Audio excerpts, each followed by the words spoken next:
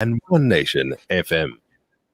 Okay, I'm still having this debate whether today is the last day that I'll be hosting the show or the second last day. We will find out soon enough. Anyway, tonight we'll know for sure, right?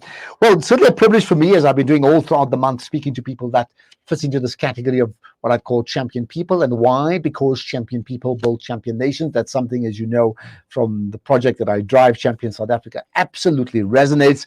And one of those people is Nadia Bulbulia. Goodness, I've known Nadia all my life, I would think, right? Nadia, assalamu alaikum and welcome to the show. Walaikum salam. So lovely to be here, Ashraf, and hello to all your listeners.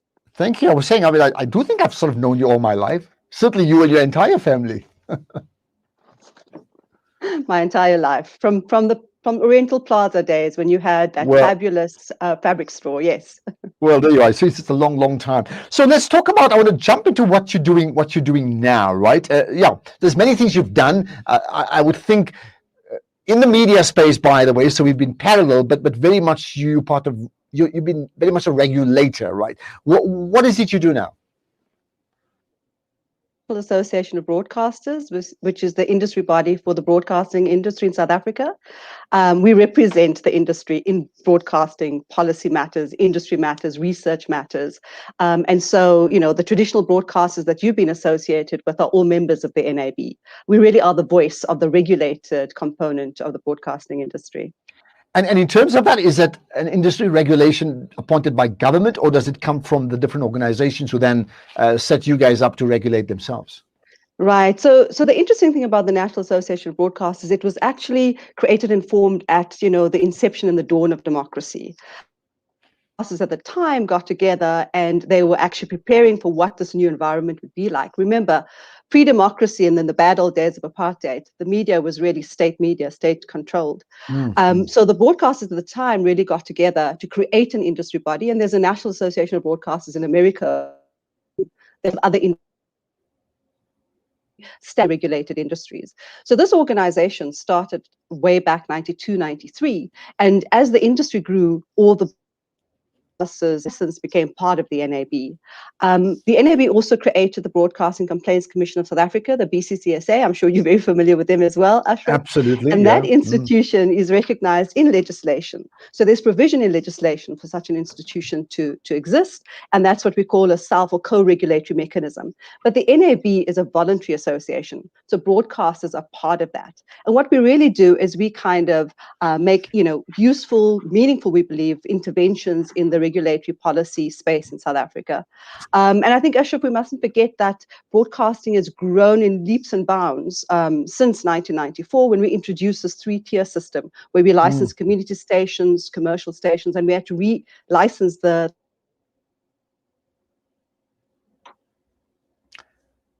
I just think we just lost Nadia for a second. Maybe just the lines, not the best of lines. Okay, I think we got Nadia back on the line, so it's sort of come and gone. Nadia, you're there, right? The tech dilemma we're all facing, Absolutely. as the entire world has to go online, and we realize the inequality and the stark realities of these huge gaps in terms of access, affordability, etc. So all navigating, the whole world is trying to work in this online mode. Absolutely, yes. Well, it's a nice spin on disconnection for the moment. I mean, absolutely. Let's think. Yeah, how has the media? I mean, help us understand this, right? The media in South Africa pre-1994 versus the media now, compared to 5 or 6 other countries that listeners will be very familiar with. Because I think sometimes I have a sense that we take our media space and our privileges to say what we want for granted. So, share with us what you know. Yeah, absolutely. We take it for granted. I'm old enough to know what the media was like, as I said, pre-94. So I was part of the regulation making of what was then called the IBA, the Independent Broadcasting Authority, and of course it's now ICASA. I was a researcher there. I sat on the council of the IBA and the council of ICASA. We were the pioneers at the time in creating the space and enabling environment to license community broadcasters. We have more than 300 according to ICASA.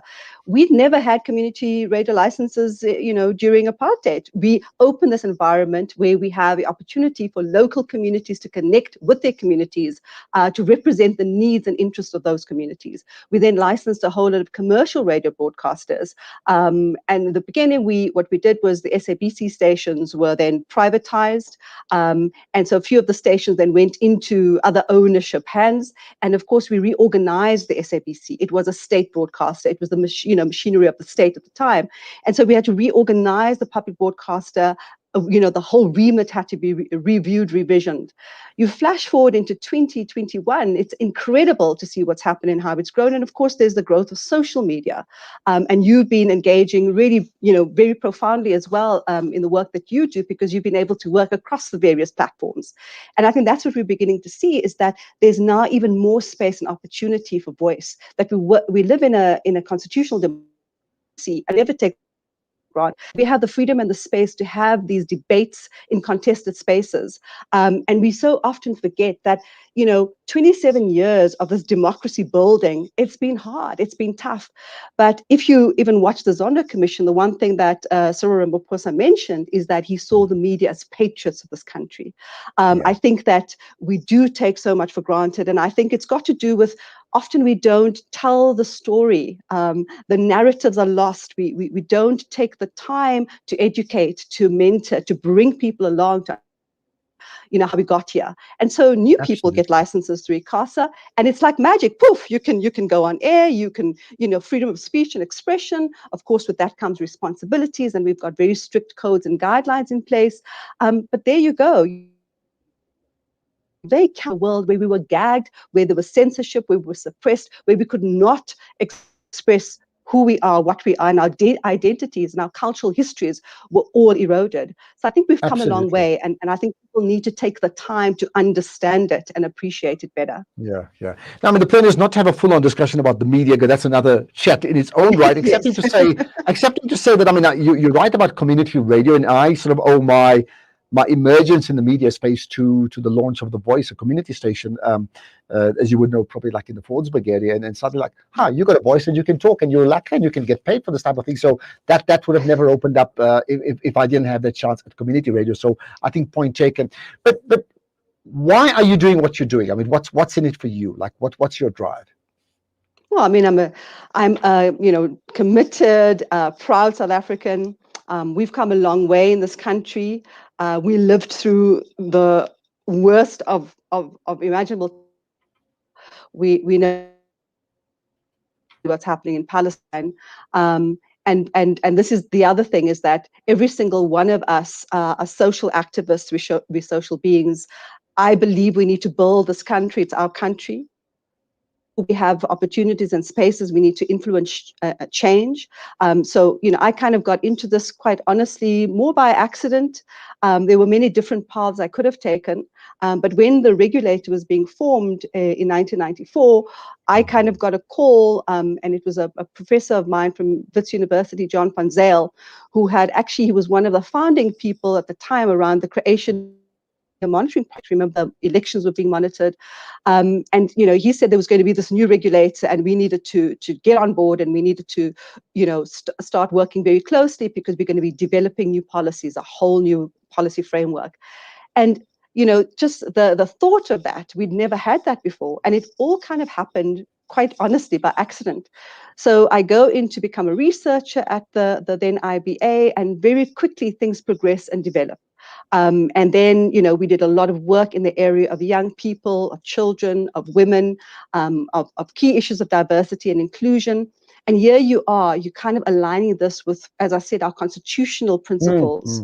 And you want to be part of that. And because of where we'd come from, we know we all have to get involved, and we all have to use the skills we've acquired, what we've learned, and how we're able to then influence and shape the environment for what we want as South Africans. Yeah. So, it's always been a passion of mine. I've worked in the creative sector. We worked in a lot of I'd worked with children prior to that as well. And so it was always a passion, but really when I saw, kind of the structural processes and how policy was being developed and shaped in our country, I needed, and I still, with great awe and wonder, I reflect and go, gosh, we were part of such incredible times. It is unfortunate that we find ourselves now in an environment that is so much more fractured and so much more contested. And I guess that's a vibrant democracy.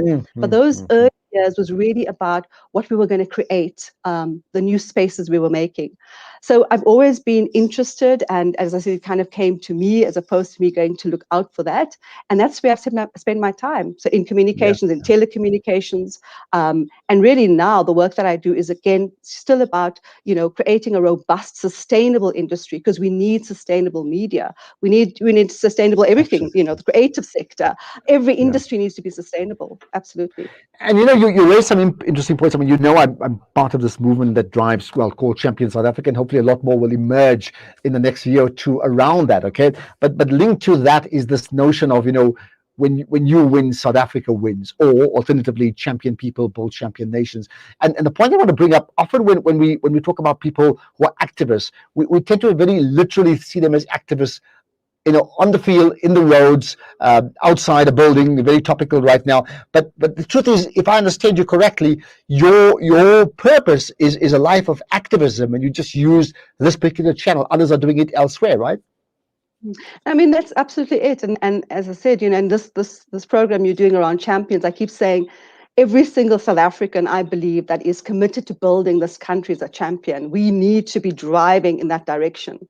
And whether you're activists in the boardroom, whether you're activists down in mines, whether you're activists on social media, in this time, and we need to make a difference. And so whichever channels you're in, whichever spaces you find yourself in, championing for that change, for that building a better South Africa, a better future for this next generation. We're raising kids. We learn so much from them. We begin to rethink so much of what's happened because we're seeing the world through their eyes now. And of course, they're pathing this new, championing this new course for themselves. Yeah. But you're right, Ashraf, it's in every space that we're in. And I think sometimes we've got to just, pause, take a breather, and ask ourselves, well, whatever I'm doing right now, how am I making a difference? How am I influencing the kind of change? And I say that, with great and deep respect for every single citizen in this country who's just making it, who's just getting by, who's just able to put food on the table for their children, etc. It's like every single one of us surely must be driven by a common good, a common value system, common principles of what we're trying to achieve. So how do we do that? Because I mean, the one thing I gather is that we're not really aligned. We were aligned around ending apartheid, and maybe on this channel many of us are aligned to say Israeli apartheid and whatever that means. So we align very quickly on that sort of thing. But by and large, we're not really aligned to understanding our role in building this into a champion nation. How do we get people then switched on when they're not switched on? Yeah, look, I mean, I think it's interesting because, if one thing COVID did was, I think it kind of, for people, regrettably, there are people totally ignorant to what's happening in this country, who live in this country and have lived in this country all their lives, but are totally oblivious to the deep, deep inequality and the deep divides. And, when the hard lockdown happened, Ashraf, and I know you, like so many communities, all of us, we kind of rolled our sleeves up, we got out there, we virtual solidarity, the kind of outpouring. And I think for many South Africans, for the first time, they went, oh my goodness, there is something we can actually kind of consolidate and join forces on. And that is, how do we deal with poverty? How do we deal with inequality? How do we deal with education in our country? So I think there's a lot more that pulls us together and unites us on a common cause than there are that divides us. We are going to forever and a day deal with the realities of racism, of sexism, of Islamophobia. And I think that's, just look at what's happened in America when they had their, moment around Black Lives Matter and what that did to the world. And that was a moment in time because the entire world went on pause, didn't we, when COVID and this hard lockdown. And I think that was a moment for us to all reflect and go, okay, what is it about our humanity? And I can tell you now, there are many more of us that are aligned that are not aligned. We just have to Yeah. look at what's happened. We just have to look at how humans behave and how they interact. There's so much goodwill. There is so much good intent. And that's what we need to keep, driving. And to your point, to champion. We need to find those common threads, and we need to get people behind it in all spheres, in every single industry and sector. I think that's absolutely critical. You made the point earlier that our society is rather fractured, and whether it's fractured on color or ethnicity, or whether it's been fractured along the lines of political parties, and sometimes even within the same political parties, as we're well aware of, it does make people very, very disillusioned, because the average person, they want to have bread on the food on the table, and they want to just live a life, right? How do you? What's your advice to people who are feeling despondent? And I don't mean just this audience, but just even a broader audience. Yeah. I mean, it's difficult. We're all feeling despondent. I mean, there are times when you just keep having to pinch yourself and go, the second year of this incredible, pandemic that we're living through. What do we do to kind of keep it together? And I think it's reaching out, it's connections, As human beings, that is exactly what we need. Is we need to connect, we need to reach out, we need to find those opportunities.